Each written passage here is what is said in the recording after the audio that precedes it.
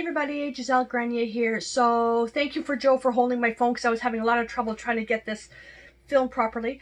I received a pair of replacement gloves, the No Cry gloves, and I wanted to do a little show and tell on this. I originally bought some gloves for protecting my hands on the belt sander because I had an accident. They didn't work out. They got caught in the belt, so the company sent me a replacement. They're rubberized, and at first glance I thought they were really cool, and unfortunately it didn't work out. So I wanted to show you exactly what happened with them, in case you're also looking for some type of things to protect your hands while doing some rough stuff, whether it's cutting, standing, or working with tools or whatever. For cutting it's okay, but not so much for standing. So let's go down the table and I'll show you what I've done. So here are the gloves that I was sent as a replacement from the company. The initial No Cry gloves, they got caught in the belt. I took the belt off. They got caught because they were fabric. So they sent me these as a replacement. They have rubber on them, and they look really good. So I'm going to now, of course, take jewelry off. You're gonna. Oh, chaos is here. What size are these? They're small. Okay, so typically I go with a medium. Oh, these are tight. Okay.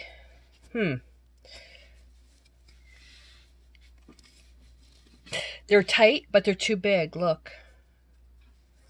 Yeah, and they go right, it's already right down to the, oh my goodness. All right, so, Oh.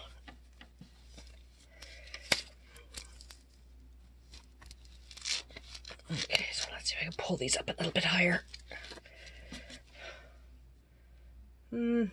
See, that's going to be a problem. So, let's see. It still gets caught. Let me get a piece of resin.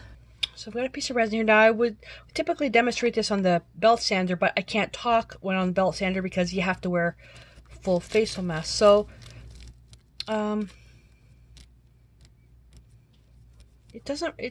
it holds it okay, but thinking of when it's on the belt sander like this, look at my finger.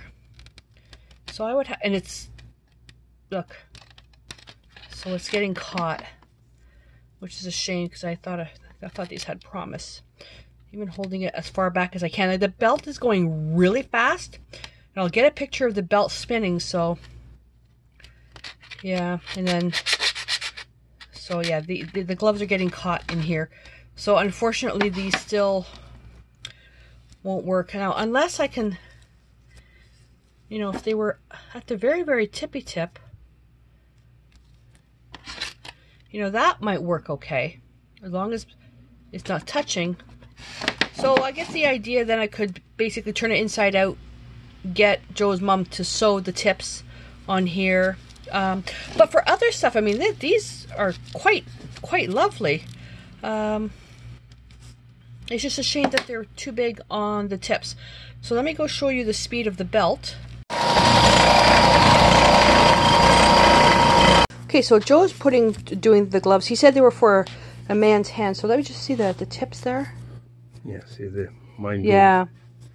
Mine go right to the tips. So, okay, so as long as they fit to the edge, it'd be all right. But I still myself, I think probably would be a little bit more uncomfortable holding a small piece of resin on the oscillating belt sander. Doing it by hand, I think it'd be all right. But what do you think? Would you feel comfortable using that on the belt sander? I could probably get away with it because of the fact that it goes right to the my fingers go right to the end. You want to try it? But you want to try it? We have insurance. You want to try it? Let's try it. Okay, everybody, should we try it? Yes. Okay, we'll go try it. Hang on a sec.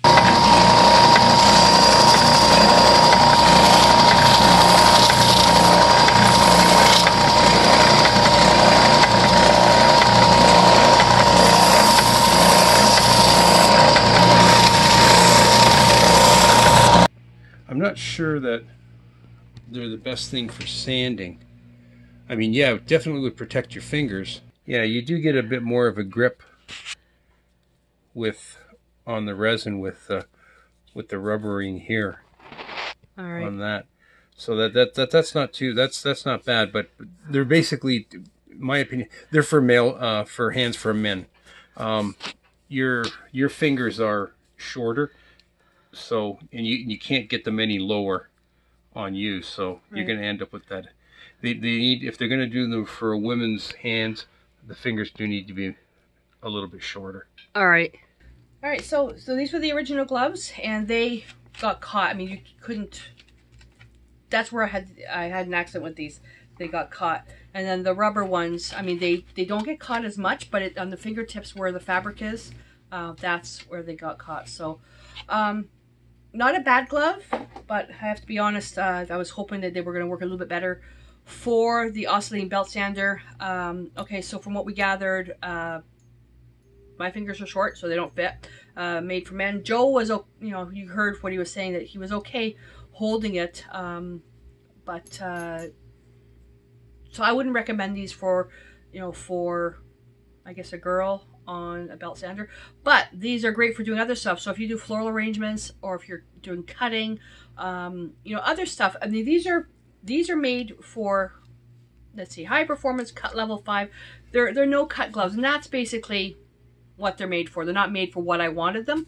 But I do want to thank the company for sending me the gloves. I'll put a link in the channel, in the description below, in case you do want something like that. But like I said, you saw how they were being used, so I'm not going to be using these for sanding, but they might come in handy when I have to cut a whole bunch of silver wire or Argentinian wire, because I won't Gumby pokey myself through these gloves. All right, so if you have any questions, post them in the description or the comments below, blah, blah, blah, and I will. Next video is going to be nothing that you guys probably want, but I do know there's some of you where coating your tools to make them last a little bit longer won't make any sense, but you'll see that next time. All right, so until then, stay inspired.